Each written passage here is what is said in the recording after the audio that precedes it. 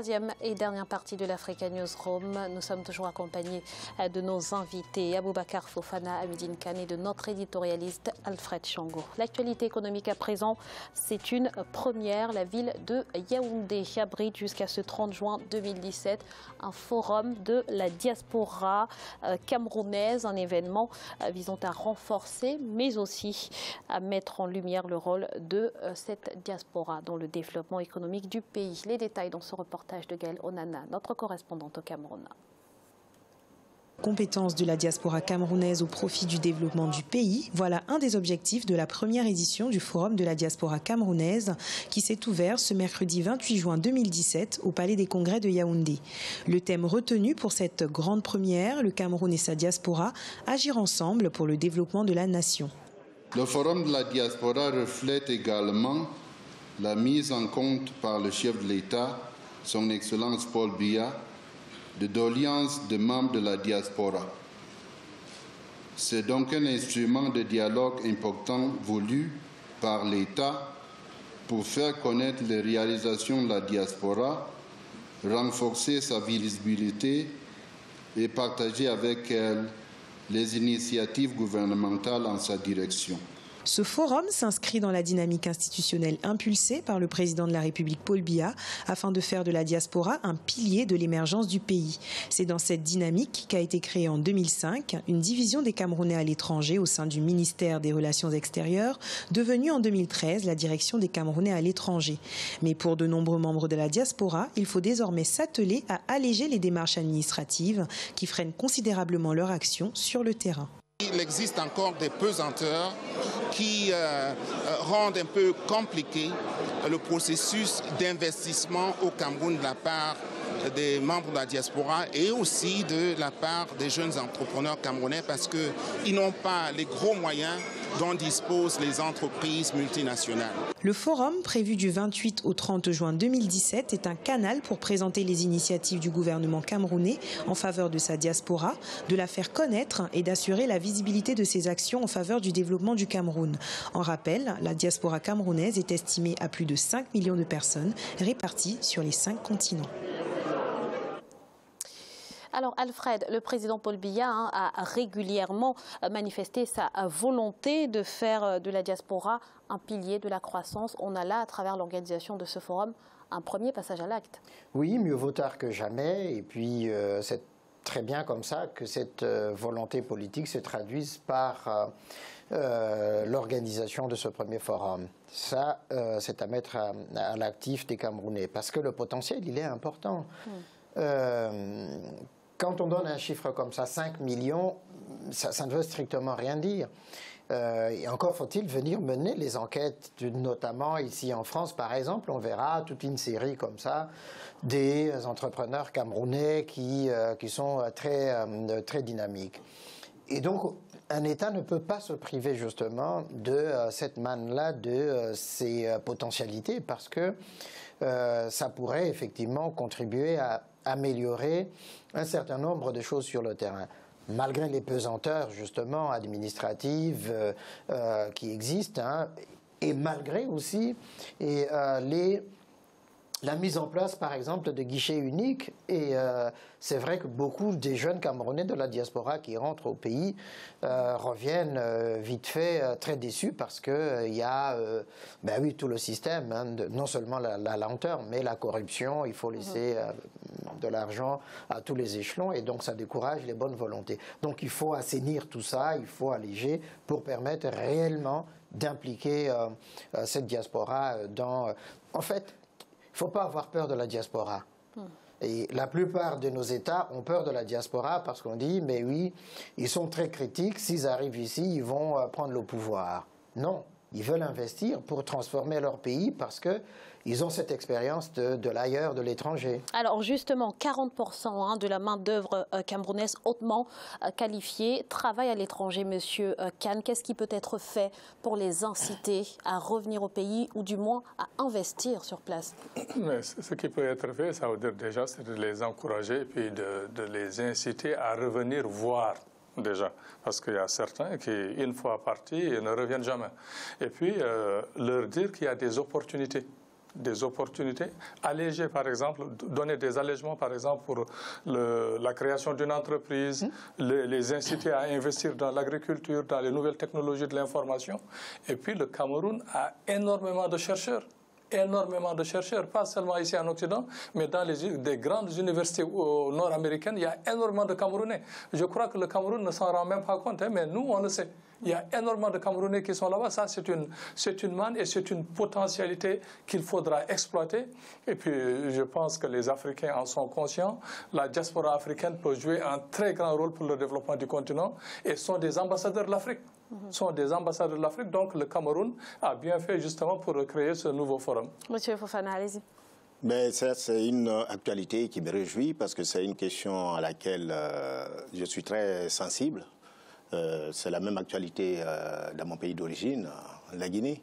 Et nous nous battons pour que la place soit faite à la diaspora. Je ne peux pas comprendre qu'un pays puisse se passer de cette force vive que constitue sa diaspora. Mais il y a un constat déjà. Vous avez un professeur qui est président de la République, qui a vécu à l'étranger, en exil. Oui, exactement. Donc, le problème, c'est que jusque-là, mais qui a abordé les étudiants, qui a refusé de leur donner... voilà, c'est curieux. Jusque-là, la diaspora intervient essentiellement dans l'économie informelle, sur le plan alimentaire, subvenir aux besoins de la famille, financer les études des petits frères qui vont encore à l'école. Il faut que l'État crée les conditions pour que de ce statut d'assistant alimentaire, on puisse passer à un statut d'investisseur dans le domaine de reprise d'activités économiques existantes ou de création de nouvelles activités. Et ça, l'État doit mettre en place des facilités, des mécanismes, notamment dans des guichets uniques. Vous l'avez dit, des guichets uniques, améliorer le doing business et ne pas voir en sa diaspora, ne pas voir la diaspora comme un adversaire. Parce que c'est comme ça que nous sommes traités, malheureusement. Et c'est une bonne chose. Merci messieurs. Autre info économique, la crise financière qui touche les pays de la CEMAC ne semble pas être un handicap pour le bon fonctionnement de la Banque de développement des États de l'Afrique centrale. Les principaux indicateurs de gestion et notamment le produit national brut a enregistré une hausse de 12% en 2016. Explication dans ce reportage de notre correspondant au Congo, Deva Panzo. Les administrateurs de la Banque de développement des États de l'Afrique centrale se sont réunis en conseil d'administration, le premier présidé par son président, Fortunato Ofambo Chama, ce mercredi 28 juin 2017. Malgré les difficultés financières des pays de la communauté économique et monétaire des États de l'Afrique centrale, le moment semble opportun pour la BDEAC de réaffirmer son rôle de financement de projets de développement.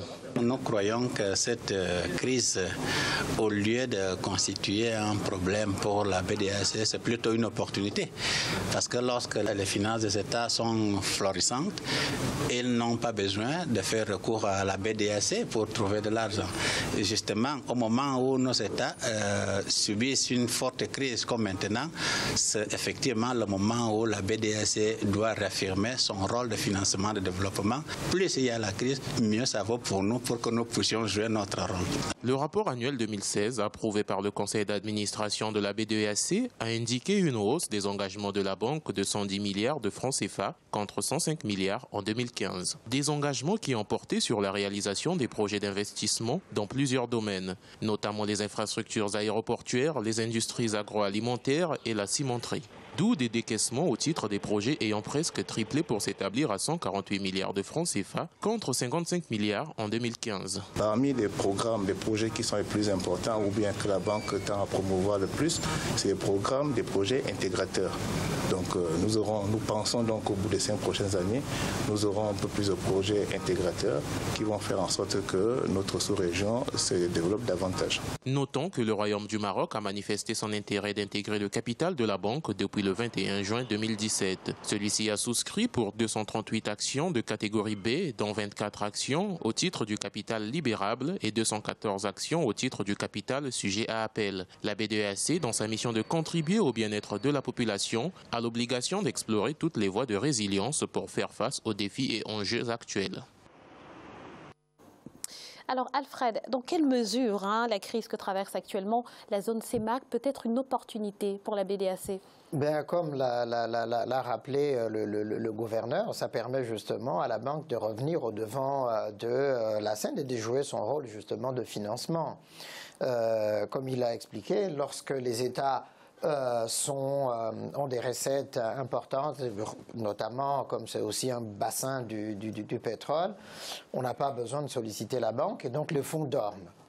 Et là, effectivement, et ce qui est intéressant, c'est qu'on finance plutôt le secteur primaire, secondaire, l'agriculture en particulier, et des infrastructures qui sont les plus importantes pour les pays de l'Afrique centrale. Donc, il y a un paradoxe, justement, le fait que les États voient leurs recettes baisser. Eh ben, ça permet à la banque qui a emmagasiner de l'argent, justement de les sortir maintenant pour financer le projet en espérant qu'après il y aura retour sur investissement, mais comme ils prêtent ou ils financent à long terme, donc ils ne perdent strictement rien. Monsieur Kane, quelle appréciation faites-vous du plan de développement quinquennal de la banque qui a été un petit peu détaillé dans le reportage? Oui, bon, moi, je pense que c'est positif, mais il faudra quand même revenir sur certaines choses, parce que ces États de l'Afrique centrale, effectivement, sont des États pétroliers. Mais depuis les indépendances, ils ont très mal géré tout ce qui a été financier hydrocarbures. Ça veut dire, par exemple, on a parlé du Cameroun. On a parlé aussi du Gabon. On voit que c'est des pays qui sont presque presque en faillite. Et puis, vous vous rappelez aussi qu'il n'y a pas longtemps, il y avait Christine Lagarde et puis Sapin qui étaient partis justement pour essayer de donner des conseils. Mais ça, c'est en vue, moi je pense que d'ailleurs, que dans les années, peut-être même en 2018, ou bien ils sont en train de cogiter là-dessus, il se peut qu'il y ait une dévaluation du franc CFA de cette partie de l'Afrique. Donc, parce que la gestion est très mauvaise, tout est importé dans ces pays. Tout est importé de Chine. Même, ils vont jusqu'à importer de l'ail. Alors que tout est produit sur place.